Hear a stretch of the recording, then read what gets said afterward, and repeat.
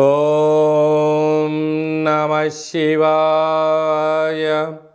ఓం నమో నారాయణాయ. కర్మ నివారణ నరదృష్టి నివారణ కాలభైరవాయ నమో నమః.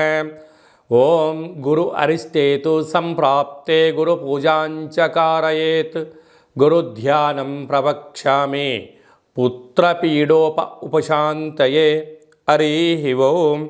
మా ఛానల్కి స్వాగతం. చూస్తున్న వీక్షకులకు ప్రేక్షకులకు ప్రియ కాళభైరవ భగవద్బంధులకి స్వాగతం పలుకుతూ మమ్మల్ని ఎంతగానో ఆదరిస్తూ ఉండబడినటువంటి ప్రియ సోదరి మండలి అందరికీ కూడా దేవగురు బృహస్పతి యొక్క ఆశీస్సులను కోరుకుందాం. నర్మదా నది పుష్కర సందర్భంగా గురు భగవానుడు మేషరాశిలో నుంచి వృషభ రాశిలోకి సంచారం చేయడం జరుగుతుంది. మే 1వ తారీఖు 2024 నుండి ఏడాది కాలము వృషభ రాశిలో గురు భగవానుడు సంచారం చేయడం జరుగుతుంది.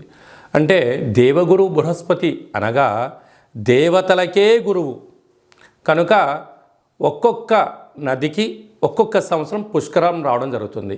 అలాగా ఆ నదికి మళ్ళీ తిరిగి 12 సంవత్సరాలకు పుష్కర స్నానం చేయడం జరుగుతుంది.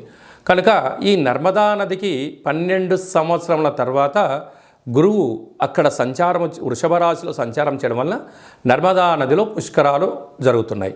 కనుక ఈ యొక్క నర్మదా నది ఎక్కడ పుడుతుంది అయ్యా అంటే మధ్యప్రదేశ్లోని అమర్కంట్ అనే ప్రాంతంలో జన్మించి ఆ మధ్యప్రదేశ్ అంతా ప్రవహిస్తూ ఓంకారేశ్వర జ్యోతిర్లింగేశ్వర క్షేత్రంగా అక్కడ ప్రవహిస్తూ తదనంతరము అనేక నదులలో కలిసి సముద్రాల్లో కలవడం జరుగుతుంది. కనుక మనమందరము కూడా పుష్కర స్నానాన్ని ఆచరిద్దాం. ముక్కోటి దేవతలు స్నానం చేయడానికి వస్తారు కనుక వారి ఆశీస్సులు మనం కూడా పొందుదాం. గురువు యొక్క ఆశీస్సులు మనం కూడా పొందుదాం. కనుక వీలైనంత వరకు మనిషికి కింద 16 పనులు పైన 16 పనులు ఎలా ఉంటాయో వీలైతే 32 పుష్కర స్నానాలు చేయడం యోగం. కుదరలేదు కనీసం 16 షోడశ అంటారు. దేవోపచారము, శక్తి ఉపచారము, భక్తి ఉపచారం, మన ఉపచారము 4 నలుగులు కలిపితే 16 ఎలా అవుతాయో షోడశ అనగా గురువు యొక్క సంఖ్య కూడా 16 అనేది ఉంటుంది. వీలైనంత వరకు మనం పుష్కర స్నానాలు చేద్దాం, ఆధ్యాత్మిక చింతనను పొందుదాం. ఎవరి యొక్క జాతకంలో గురువు లగ్నంలో ఉన్నారు ఆధ్యాత్మిక చింతన, 2వ స్థానంలో ఉన్నారు ధనలాభం, 3వ స్థానంలో ఉన్నారు తల్లిదండ్రుల యొక్క ఆస్తిపాస్తులు ఆశీస్సులు, అర్ధాష్టమంలో ఉన్నాడు అన్నింటా ఇబ్బందులు, సంతాన స్థానంలో గురువు ఉన్నాడు మంచి పుత్రికా సంతాన యోగం, పిల్లల ద్వారా వీరికి యోగం. 6వ స్థానంలో గురువు ఉన్నాడు రుణభయం, రోగభయం, శత్రుభయం. 7వ స్థానంలో గురువు ఉన్నాడు విదేశానము, వాహన సౌఖ్యము, నూతన వస్త్రాలు. అష్టమంలో గురువు ఉన్నారు ఆర్థిక ఇబ్బందులు, చదువులో చదువుకోకపోవడం, మతిమరుపు, అనేక ఇబ్బందులు. భాగ్యస్థానంలో గురువు ఉన్నారు వివాహ తదనంతరం వీరికి యోగం పట్టడం. రాజ్యస్థానంలో గురువు ఉన్నాడు వృత్తులు, ప్రభుత్వ ఉద్యోగస్తులు, గ్రామ రాష్ట్ర దేశ ప్రపంచ స్థాయి వరకు ప్రాచుర్యం చెందడం.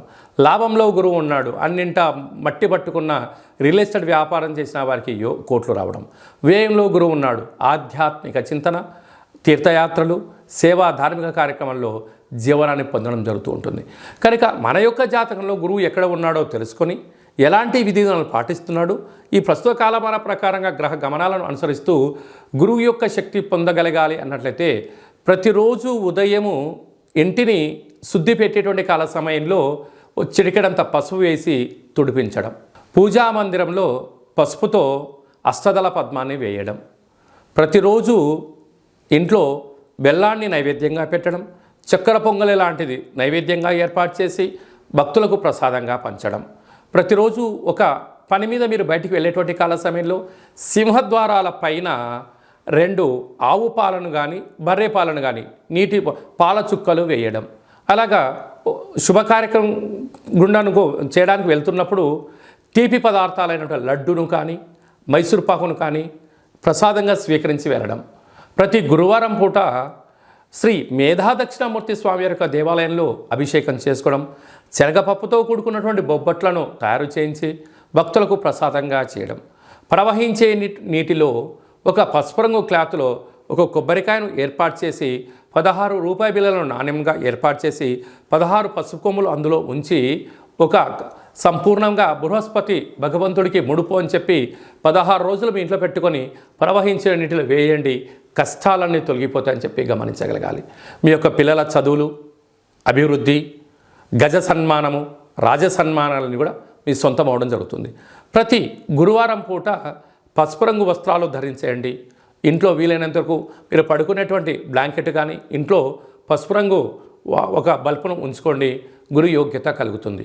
వీలైనంత వరకు చందనం బొట్టును ధరించండి, పసుపు వస్త్రాలను వేసుకోండి.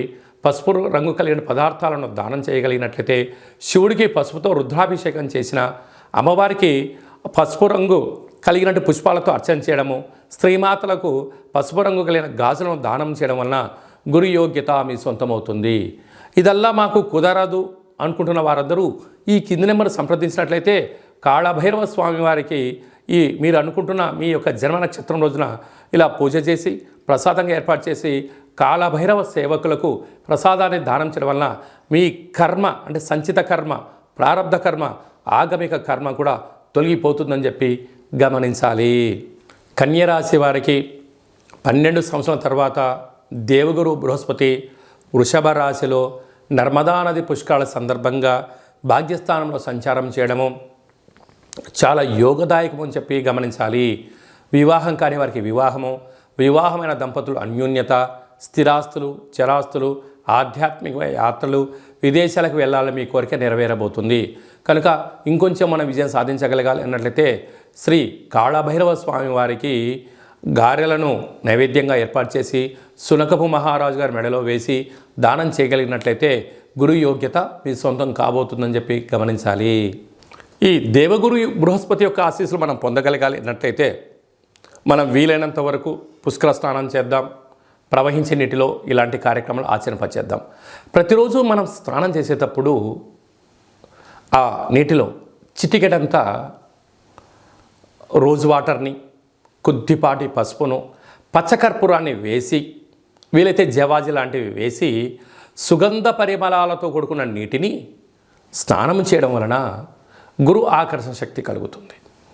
అప్పుడు ఓం గంగే చ యమునే చైవ కృష్ణ గోదావరి నర్మదే సింధు కావేరి జలేస్మిన్ సన్నిధిం కురు అనేటువంటి మంత్రాన్ని ఉచ్చరింపచేస్తూ సూర్యభగవానికి నమస్కారం చేసుకొని తులసికోటలో నీళ్లను అర్ఘ్యంగా వదిలిపెట్టడం వల్ల సంపూర్ణ గురు ఆకర్షణ శక్తి కలుగుతుంది.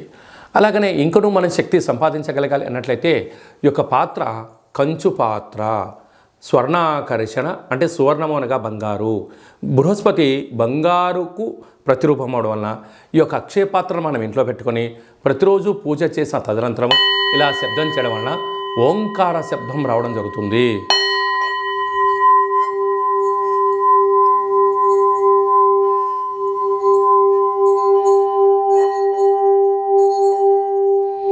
ఇలా శబ్ద తరంగాల్ని చేయడం వలన పిల్లలు బాగా చదువుకోవడం, ఉద్యోగస్తులు కొత్త ఉద్యోగం రావడం, వ్యాపారం రావడం జరుగుతుంది. యంత్ర, మంత్ర, తంత్ర, పరతంత్ర, తాంత్రికపరమైన దోషాలు కూడా తొలగిపోతాయి.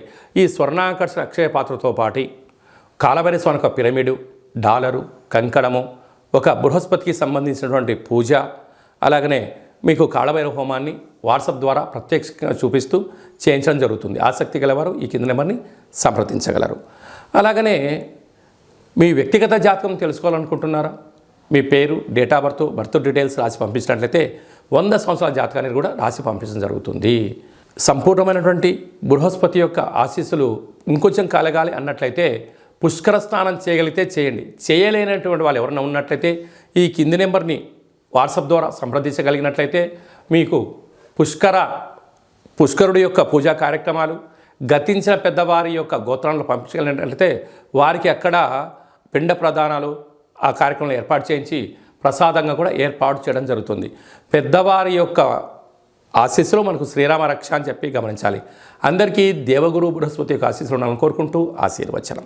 ఓం రాజాదిరాజాయ ప్రసహ్య సాహినే నమో వయం వై శ్రవణాయ కుర్మహే సమే కామాన్ కామకామాయ మహ్యం కామేశ్వరో వై శ్రవణో యదదాతు కుబేరాయ వై శ్రవణాయ మహారాజాయ నమః.